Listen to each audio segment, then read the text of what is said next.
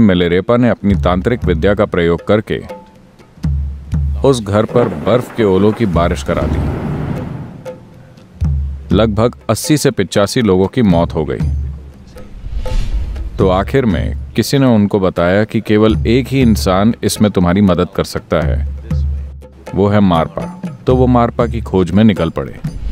तो मिलेरेपा को दाकिनी के दर्शन हुए और वो बोली, मारपा ने तुम्हें शिक्षा तो दे दी है, लेकिन उन्होंने एक मूलभूत पहलू छोड़ दिया है।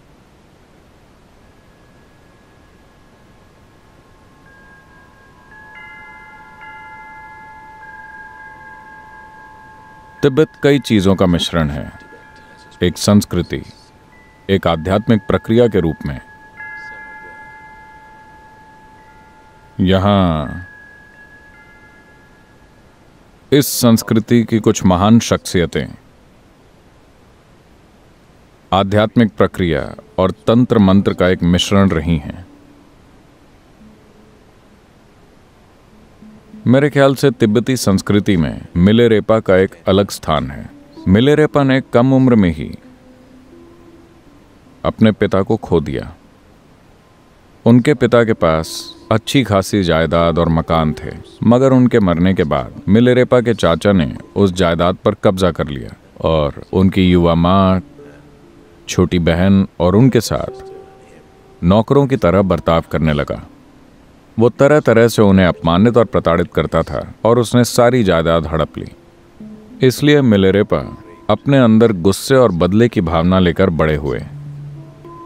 जब वो किशोर अवस्था में पहुंचे तो अपने परिवार को छोड़कर चले गए। वो अपनी छोटी बहन और मां को छोड़कर चले गए और अपने चाचा चाची से बदला लेने की सोचने लगे, जिन्होंने उनके परिवार के साथ भीषण अत्याचार और बुरा व्यवहार किया था। तो वो तंत्र विद्या सीखने चले गए और उन्होंने कुछ तांत्रिक प्रक्रियाओं में महारत हासिल कर ली। जब कई सालों के बाद वो लौटे, तब तक उनकी माँ और छोटी बहन चल बसे थे। ये जानकर उनका गुस्सा और भी बढ़ गया, मगर वो एक सही मौके के इंतजार में थे। उसके चाचा ने अपने बेटे की शादी तय की और उसके लिए अपने मित्रों को न्योता दिया। शादी के दिन मिलेरेपा ने अपनी तांत्रिक विद्या का प्रयोग करके उस घर पर बर्फ के ओलों की बारिश करा दी।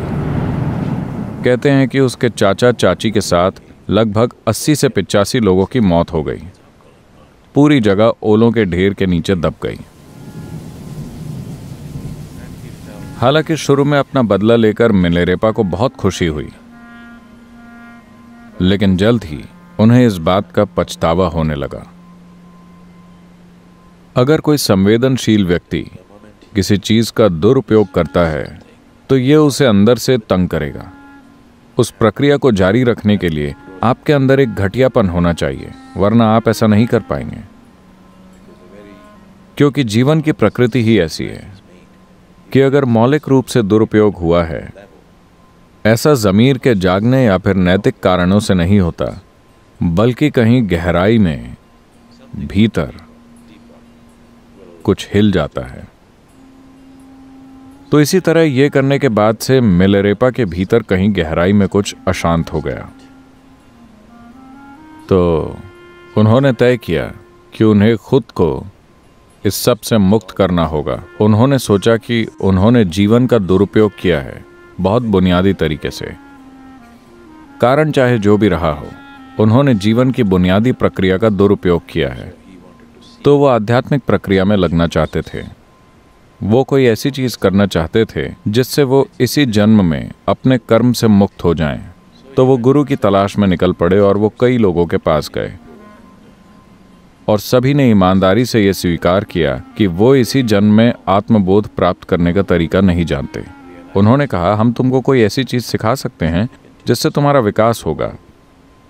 करुणा के मार्ग पर चलो, दया और प्रेम के मार्ग पर चलो। धीरे धीरे तुम एक के बाद दूसरे जीवन कालों में विकास करते रहोगे। He was not satisfied with those things. मिलेरेपा उन चीजों से संतुष्ट नहीं हुए और उस समय भी उनके भीतर गुस्से की थोड़ी आग भरी हुई थी। उनके अंदर थोड़ा पछतावा, थोड़ी नाराजगी और थोड़ा गुस्सा था। इन सब की मिलीजुली भावनाएं उनके अंदर चल रही थी। तो आखिर में किसी ने उनको बताया कि केवल एक ही इंसान इसमें तुम्हारी मदद कर सकता है, वो है मारपा। तो वो मारपा की खोज में निकल पड़े। जब वो मारपा के शहर के नज़दीक पहुंचे तो उन्हें कुछ बच्चे मिले और उन्होंने उनसे पूछा। मारपा को ट्रांसलेटर कहा जाता था। उनको ट्रांसलेटर की पदवी मिली थी क्योंकि उन्होंने भारत के सभी महान तांत्रिक ग्रंथों का तिब्बती भाषा में अनुवाद किया था। तो उन्हें हमेशा ट्रांसलेटर के रूप में जाना जाता था, क्योंकि वो ही इस ज्ञान को यहाँ लाए थे।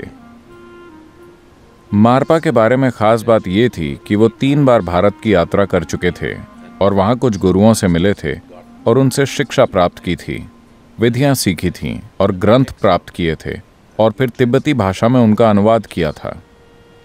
तो जब मिलेरेपा ने पूछा, ट्रांसलेटर मारपा कहाँ रहते हैं, तो एक बच्चा बोला, मैं जानता हूं कि वो कहाँ हैं।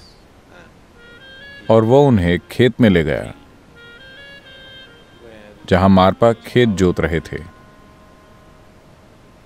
जब वो बच्चा मिलेरेपा को वहां ले गया तो मारपा ने उन्हें देखकर हल को खेत में छोड़ दिया और उन्हें एक लोकल बियर का ग्लास देकर कहा, इसे पी लो और फिर खेत जोतो। तो मिलेरेपा बियर पीकर खेत जोतने लगे। मारपा वहां से चले गए और वो बच्चा वहीं खड़ा रहा। जब काम खत्म हो गया तो उन्हें समझ में नहीं आया कि अब क्या करें, तो वो वहीं खड़े रहे। फिर बच्चे ने आकर कहा, अब आप मेरे साथ आ सकते हैं। वो बच्चा उन्हें अपने घर ले गया। तब उन्हें एहसास हुआ कि वो दरअसल मारपा का ही बेटा था। फिर मारपा ने मिलेरेपा से हर तरह की मेहनत के काम कराए। मिलेरेपा ने मारपा के आगे सिर झुकाकर कहा, मैं आपसे धम्म की दीक्षा चाहता हूं, उस तरह का धम्म।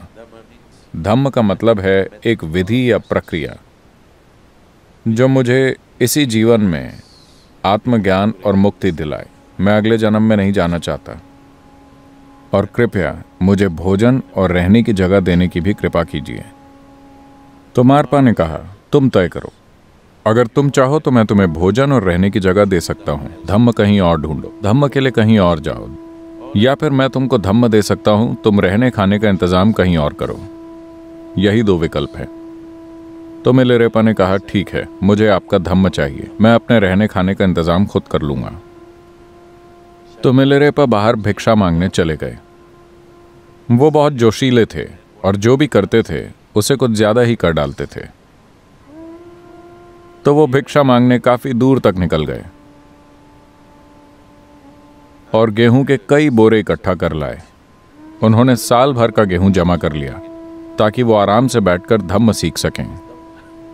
तो उन्होंने बहुत सारा जमा कर लिया और थोड़ा सा बेचकर तांबे का एक बर्तन खरीदा, 4 हैंडल वाला, जो तिब्बत का एक पारंपरिक बर्तन है अपना खाना बनाने के लिए। फिर इस भारी बोझ को लेकर, बहुत भारी बोझ को उठाकर उन्होंने लंबी दूरी तय की। वो मारपा के घर वापस पहुंचे और बोरे को नीचे पटक दिया धड़ाम से। मारपा उस समय खाना खा रहे थे। वो खाने के बीच से उठकर बाहर आए और बोले, ऐसा लगता है कि तुम बहुत गुस्से में हो। अभी इस गेहूं के बोरे और बर्तन की आवाज से तुमने पूरे घर को हिला दिया। लगता है कि अपने चाचा के घर की तरह तुम इस घर को भी गिरा दोगे। निकलो यहां से, बहुत हुआ। तब मिलेरेपा गिड़गिड़ाए, आपके कहे अनुसार मैं अपना खाना ले आया, ये बहुत भारी था तो मैंने गिरा दिया। तो मारपा ने कहा, मैं कुछ नहीं सुनूंगा, जाओ तुम, क्योंकि तुमने बोरे को ठीक से नहीं रखा, तुमने उसे नीचे पटक दिया, तुम लायक नहीं हो। तो तुम बाहर रहो, सारे काम करो, मेरा खेत जोतो, मेरे घर की सफाई करो। वो सालों तक ये काम करते रहे। बीच बीच में दूसरे लोग मारपा से सीखने आए और उन्हें कई चीजों की दीक्षा दी गई, मगर मिलेरेपा को एक भी दीक्षा नहीं मिली, एक भी शिक्षा नहीं मिली। वो बस कड़ी मेहनत करते रहे। More than 8 years he worked without a single teaching or initiation. 8 साल से ज्यादा उन्होंने काम किया बिना किसी शिक्षा या दीक्षा के। बाकी सभी वहां एक दिन के लिए आते और दीक्षा लेके चले जाते, लेकिन वो इंतजार करते रहे और करते रहे, हर किस्म की कड़ी मेहनत करते हुए।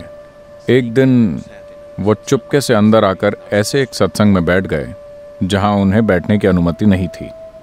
मारपा आंखें बंद करके बैठे थे, तो वो चुपचाप दूसरे छात्रों के साथ बैठ गए दीक्षा मिलने की उम्मीद से। मारपा आंखें बंद किए बैठे थे। उन्होंने अपना डंडा उठाया, आंखें बंद किए हुए ही मिलेरेपा के पास गए और उनकी पिटाई कर दी। मिलेरेपा लोगों के बीच बैठे थे। मारपा आए और उन्हें अच्छे से पीटा, घसीट कर बाहर ले गए और उठाकर बाहर फेंक दिया।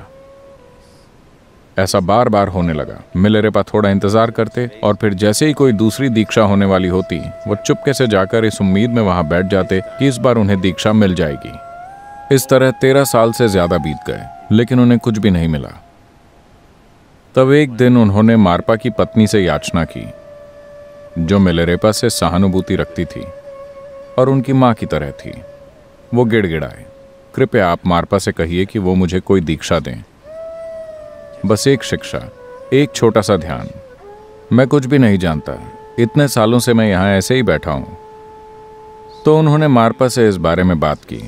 मारपा ने कहा, ठीक है, लेकिन पहले उसे मेरे बेटे के लिए एक घर बनाने दो। उसे अकेले ही घर बनाना होगा। मैं 3 कोने वाला घर चाहता हूं। तो मिलेरेपा ने 3 कोने वाला घर बनाया। इसमें 2 साल लगे। फिर मारपा ने उसको देखकर कहा, 3 कोने वाला घर मेरे बेटे के लिए ठीक नहीं है, 4 कोने वाला घर बनाओ। मिलेरेपा ने 4 कोने वाला घर बनाया। फिर मारपा बोले, ये अच्छा नहीं है, 5 कोने वाला घर बनाओ। इस तरह कई साल बीत गए। वो अकेले ही काम करते हुए हर जगह घर बनाते रहे। तब मारपा ने कहा, यह ठीक है, लेकिन अपने बेटे के घर के लिए मुझे 60 फीट ऊंचे बुर्ज चाहिए। तो मिलेरेपा ने घर के चारों कोनों में 4 60 फुट ऊंचे बुर्ज भी बना दिए। अब तक मिलेरेपा की उम्र ढलने लगी थी।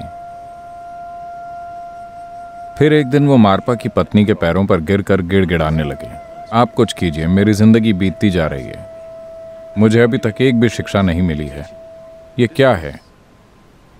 मैं जानता हूं कि अतीत में मैंने बुरे काम किए हैं, मैंने तंत्र विद्या का दुरुपयोग किया है, लेकिन क्या मैं काफी पश्चाताप नहीं कर चुका हूं? तो ये सुनकर मारपा की पत्नी को मिलेरेपा पर दया आ गई और उन्होंने मारपा के नाम से एक दूसरे भिक्षु को पत्र लिख दिया। वो भिक्षु भी दीक्षा देने में सक्षम था। उन्होंने पत्र ऐसे लिखा जैसे मारपा ने खुद लिखा हो और उस पर मारपा की मुहर लगा दी। तो उन्होंने पत्र मिलेरेपा को दे दिया। मिलेरेपा उस भिक्षु के पास गए और दीक्षा प्राप्त कर ली, लेकिन मिलेरेपा को कोई अनुभव नहीं हुआ। वो भिक्षु भी हैरान रह गया। दीक्षा देने पर कुछ तो होना चाहिए, लेकिन इसे कुछ भी नहीं हुआ। फिर मारपा को इस बारे में पता चला। उन्होंने मिलेरेपा को बुलाया और उस भिक्षु की मान्यता भी रद्द कर दी। फिर घोर पछतावे में डूबे मिलेरेपा आत्महत्या करने वाले थे। तब मारपा ने उन्हें बुलाया और कहा, ठीक है, बैठ जाओ, और उन्होंने मिलेरेपा को शिक्षा दी। मारपा ने कहा, अतीत में तुमने जो गलतियां की हैं, मैं बस तुमको उन कर्मों को काटने के तरीके दे रहा था, मगर तुम बेवजह ज्यादा वक्त लगा रहे हो। If you just go by my word, this would have been over long ago. But you do everything and you take one sneaky way out. अगर तुम मेरे कहे अनुसार चले होते तो ये बोझ कब का खत्म हो गया होता, मगर तुम सब कुछ करते हुए बीच में एक चालाकी वाला तरीका अपना लेते हो। सिर्फ उस चालाकी की वजह से तुमने हर चीज को कई सालों तक टाला है, लेकिन अब तुम्हारा पछतावा तुम्हारे अंतर मन को छू रहा है। तुम इसके लिए जान भी देने को तैयार हो। अब तुम तैयार हो। फिर मारपा ने उन्हें दीक्षा दी और तीसरे दिन ही मिलेरेपा को दाकिनी के दर्शन हुए। आपने दाकिनी के बारे में सुना है? तांत्रिक तकनीक में चीजें करने के लिए हर चक्र के लिए एक देवी की रचना की गई थी, एक स्त्री स्वरूप जिसे प्राण प्रतिष्ठा द्वारा जीवंत बनाया गया, जिसे मदद के लिए बुलाया जा सके। इन शक्तियों की मदद के बिना कोई भी तांत्रिक कोई महत्वपूर्ण काम नहीं कर पाता। तो मिलेरेपा को दाकिनी के दर्शन हुए और वो बोली, मारपा ने तुम्हें शिक्षा तो दे दी है, लेकिन उन्होंने एक मूलभूत पहलू छोड़ दिया है जो उन्हें खुद भी नहीं पता। जाओ और उनसे पूछो कि वो जानते हैं या नहीं। तो वो मारपा के पास पहुंचे। मारपा ने उन्हें देखकर कहा, तुम यहां क्यों आए हो? मिलेरेपा ने कहा, दाकिनी ने आकर मुझसे ये कहा है। मैं नहीं जानता कि यह सच है या मेरी कल्पना है, लेकिन ऐसा ही हुआ है, तो आपसे पूछने के लिए मुझे आना पड़ा। मारपा ने मिलेरेपा के सामने सिर झुका दिया और कहा, मेरे पास भी ये ज्ञान नहीं है, तो चलो भारत वापस चलते हैं। वो दोनों मारपा के गुरु से मिलने के लिए भारत गए, जो नेपाल और बिहार की सीमा पर कहीं रहते थे। उन्होंने चलकर पूरा रास्ता तय किया। वो वहां गए और जब मारपा ने अपने गुरु को यह बात बताई कि दाकिनी ने आकर कहा है कि ये एक शिक्षा नहीं दी गई है,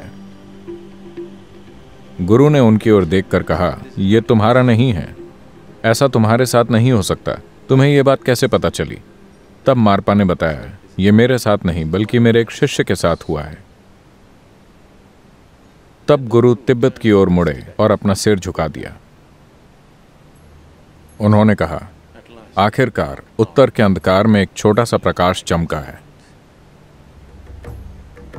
फिर गुरु ने मिलेरेपा और मारपा दोनों को बुलाकर इस जीवन में संपूर्ण आत्मज्ञान प्राप्त करने की पूरी शिक्षा दी और वो दोनों वापस लौट आए। मारपा, जिन्होंने एक गुरु के रूप में शुरुआत की थी, अब मिलेरेपा के शिष्य की तरह बन गए।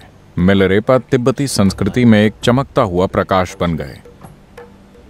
कई चीजें जो पिछले 300-400 सालों में तिब्बती संस्कृति में की गईं, वो मूल रूप से मिलेरेपा के काम पर आधारित है।